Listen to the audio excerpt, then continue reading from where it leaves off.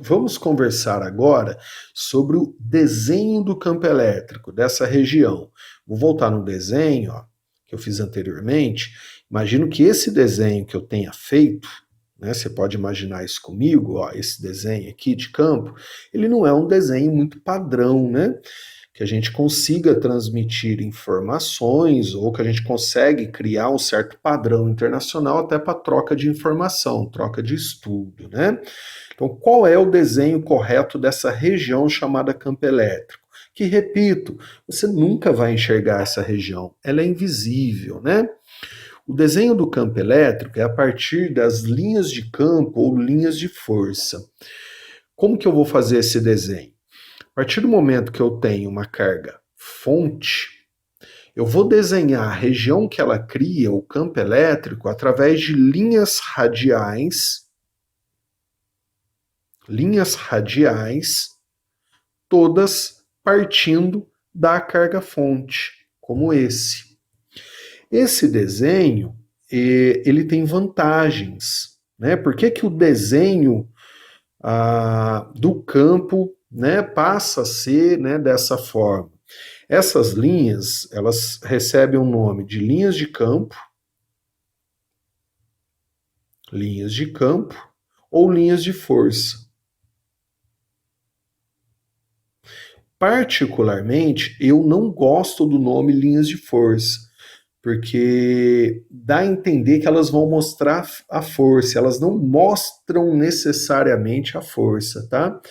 Elas vão mostrar o campo. Então eu vou usar sempre o nome linhas de campo, tudo bem? E campo elétrico, repetindo mais uma vez, ele é invisível, então você nunca vai ver essas linhas. Essas linhas é uma forma de representar algo invisível, algo que eu estou postulando para explicar interações à distância. É, então, é uma forma de representação apenas. O primeiro motivo, né, do desenho, né, usar essas linhas para desenho, é que a partir dessas linhas, eu primeiro consigo saber onde está a carga-fonte. Se vocês repararem, ó, considerando a carga-fonte como pontiforme, né, pontual, ó, as linhas, todas elas se encontram, ó, no ponto onde está a carga. Então eu sei a localização exata, né, da carga-fonte, que é onde as linhas se encontram. Afinal, elas são radiais, né, e todas saem da carga-fonte pontual pontiforme. O outro motivo é regiões em que as linhas são mais concentradas, mais próximas. Vamos pegar, por exemplo, essa região aqui, ó, comparado a regiões, vamos desenhar mais ou menos a mesma região aqui, né, a mesma área, né, a mesma região. Então, regiões em que as linhas são mais concentradas, mais próximas, né, você pode imaginar até uma certa densidade de linha, são regiões em que o campo é mais intenso. Então, ali eu vou ter uma capacidade de ter uma força mais intensa.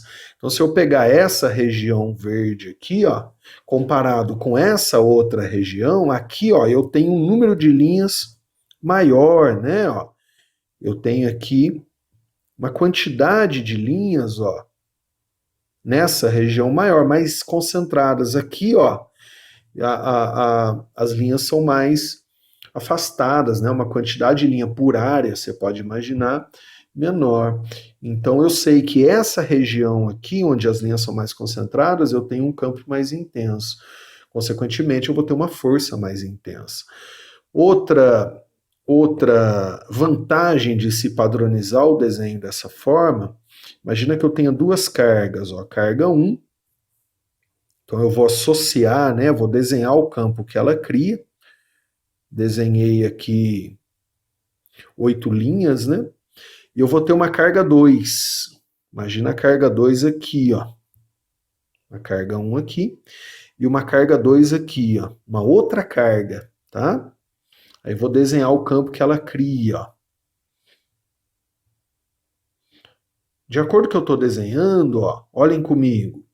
Qual das duas cargas tem uma quantidade de linhas maior? O campo que ela cria tem uma quantidade de linhas maior. Concorda que é a 2?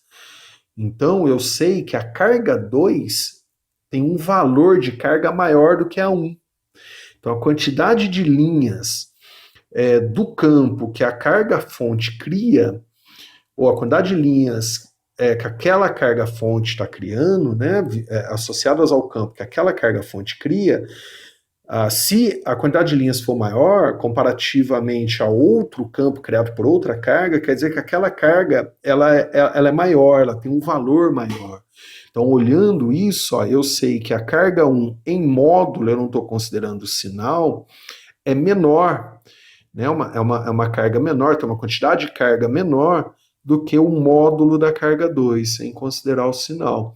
Então, por isso que usar as linhas de campo ou linhas de força, que, repito, particularmente eu não gosto do nome linhas de força, nas próximas aulas eu vou até voltar a falar isso e mostrar por que eu prefiro o nome linhas de campo, é uma vantagem para representar essa região chamada campo elétrico. Eu consigo transmitir informações, inclusive informações que eu padronizo internacionalmente, eu consigo trocar informações com outros países, né, a partir desses desenhos.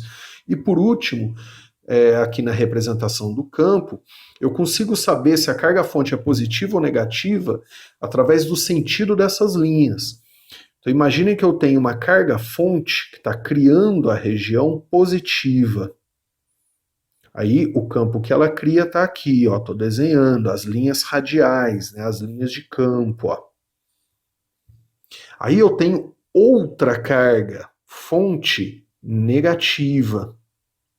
As linhas de campo, as linhas que ela cria, estão aqui, estou desenhando aqui. O número de linhas que eu desenhei é basicamente o mesmo, né? Eu usei 8 linhas na positiva e 8 na negativa. Então, em módulo, eu posso imaginar que essas duas cargas têm o mesmo valor, né? O módulo da carga 1 positiva vai ser igual ao módulo da carga 2 negativa. Agora, como é que eu diferencio positivo de negativo? Até porque as cargas que estamos estudando são pontiformes, pontuais. Eu estou até desenhando errado, o certo é a gente desenhar pontos, né? A gente faz pelo sentido das linhas. A carga fonte positiva, ela cria um campo que a gente chama de afastamento. Então, as linhas têm um sentido de afastamento a essa carga. Já a carga-fonte negativa, a gente fala que cria um campo de aproximação.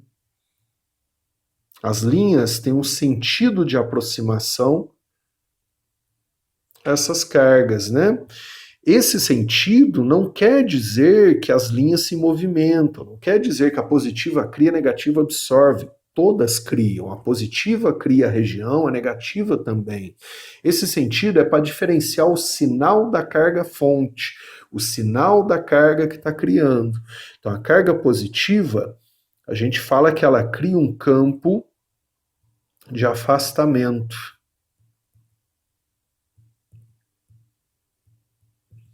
Já a carga negativa, a gente fala que ela cria um campo de aproximação.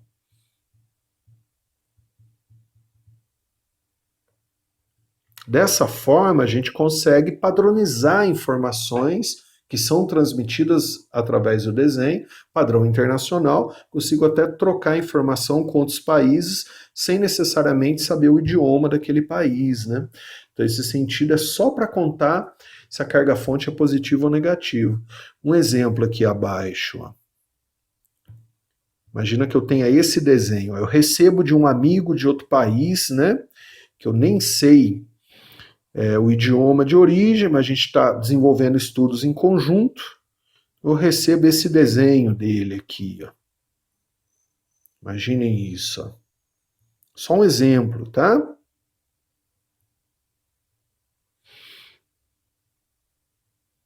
Ok? Aí, o desenho é esse. Aí eu sei que isso aqui é um desenho de um campo elétrico.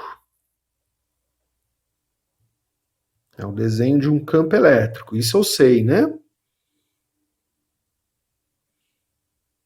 Aí pergunto: quantas cargas fontes eu tenho, onde elas estão, e qual o sinal dessas cargas fontes, e qual carga é maior do que a outra. Tem mais carga do que a outra, em módulo. Então, por isso dos desenhos, ó. As cargas fontes, elas ficam onde as linhas se encontram. Então, eu sei que aqui eu vou ter uma carga fonte, que é um ponto de encontro das linhas, e aqui eu vou ter a outra carga fonte, que é o outro ponto de encontro dessas linhas. Nesse ponto aqui, ó, eu sei que eu tenho uma carga positiva, porque as linhas em relação a esse ponto, ó, são de afastamento, elas têm um sentido de afastamento. Já nesse ponto aqui, ó, eu sei que eu tenho uma carga fonte negativa, porque em relação a esse ponto, as linhas de campo são linhas de aproximação. Além disso, eu sei que a essa carga, ó, eu tenho uma quantidade de linhas associadas maior se comparado a essa carga. Então, em módulo, eu sei que a carga fonte positiva em módulo é maior do que a negativa.